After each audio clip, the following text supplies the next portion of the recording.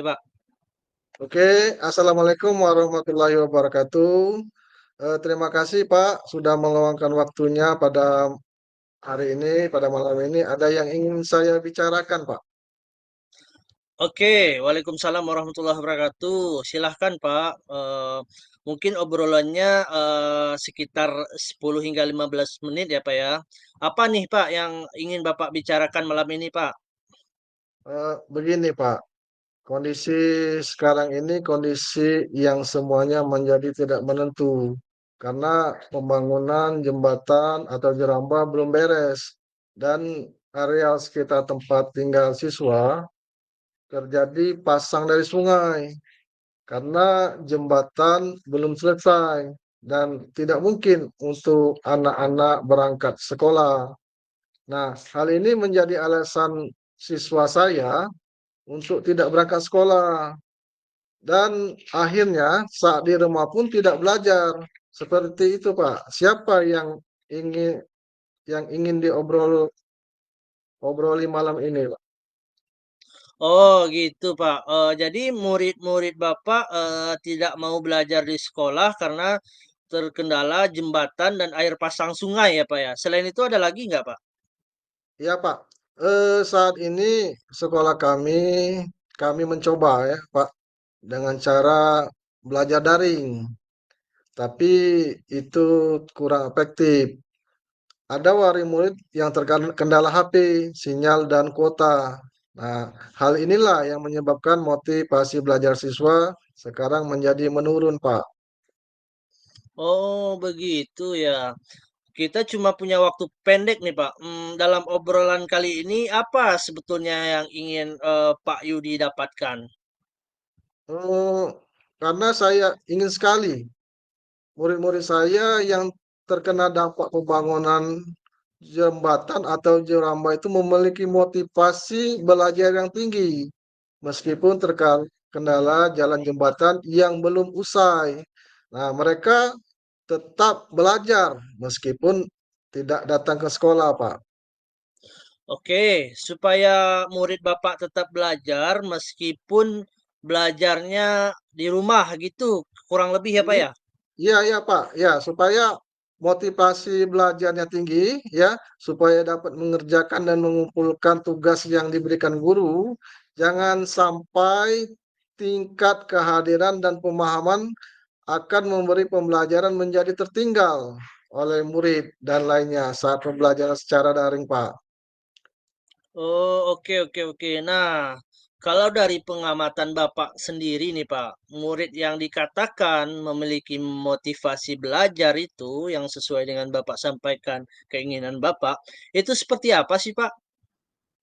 Eh, Murid yang dikatakan memiliki motivasi untuk belajar secara daring itu apabila mereka aktif merespon di grup ataupun di WhatsApp, baik bertanya maupun mengerjakan tugas yang diberikan.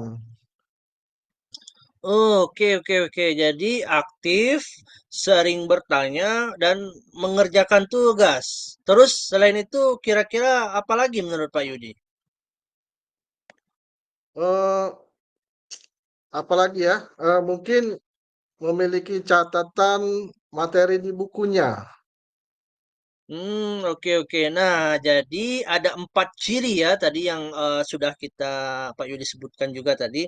Yang pertama aktif, yang kedua bertanya, mengerjakan tugas, dan mencatat materi yang ideal sepertinya gitu ya Pak ya. Nah, kalau yang ideal itu ada di angka 10, nah sekarang murid Pak Yudi yang belajar daring kalau dari angka 1 sampai 10, tadi kalau yang tertingginya adalah angka 10 idealnya, baik keinginan kitanya. Kalau kita hitung dari angka 1 sampai 10, nah menurut Bapak Yudi sendiri berada di angka berapa sih dalam pencapaian tujuan motivasi belajar yang saat ini terjadi? Beragam sih, ya. Kalau dirata-ratakan ada di angka 5 barangkali. Bingung juga sih, Pak.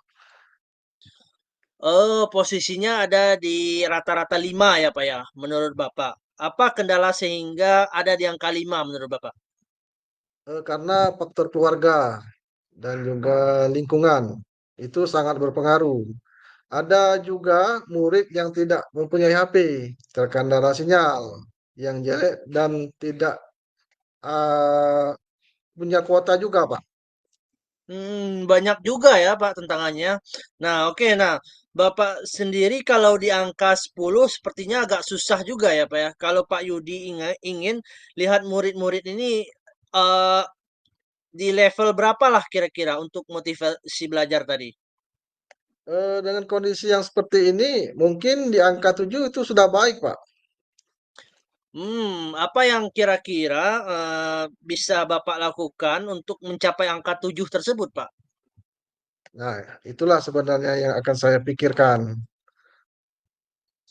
Kalau dari pengamatan Bapak sendiri, rencananya murid-murid Bapak ingin diperlakukan seperti apa saat pembelajaran daring ini nanti, Pak? Karena tentu sangat berbeda ya, Pak ya.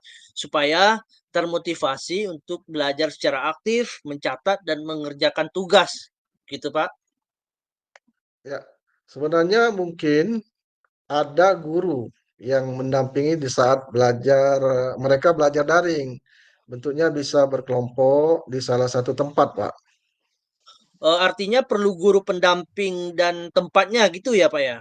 Iya, Pak. Guru pendamping yang tugasnya menemani belajar murid yang tidak bisa datang ke sekolah, kemudian dikumpulkan di suatu tempat, bisa di balai desa, atau sekolah dasar terdekat, atau majelis taklim, Pak, kira-kira begitu. Kemungkinan yang dapat dilakukan dalam waktu dekat ini yang mana dari beberapa hal tadi, Pak?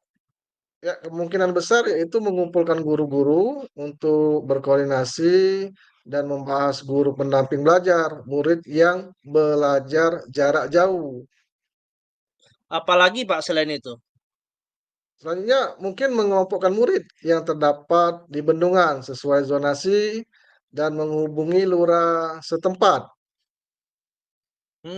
Kapan kira-kira hal tersebut bisa Bapak lakukan? Ya, minggu-minggu ini kali, Pak. Secepatnya, harus secepatnya, Pak. Nah, kira-kira siapa yang agar ini terlaksana dengan baik dan maksimal, siapa yang kira-kira yang dapat membantu Bapak menurut Bapak? Mungkin wali kelas, Pak, yang dapat membantu saya. Oh iya iya iya iya. Baiklah Pak, kita ada di penghujung coaching. Apa yang Bapak dapatkan dari obrolan ini, Pak? Ya, yang saya dapatkan dari obrolan ini adalah pencerahan dari Bapak.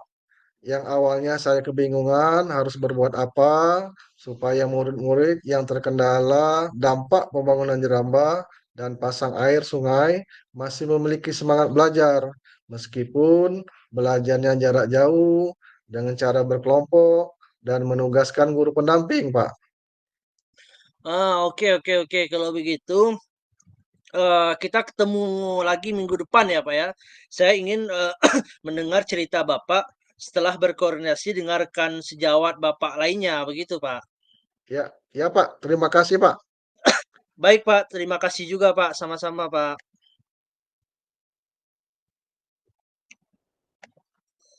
Stop record.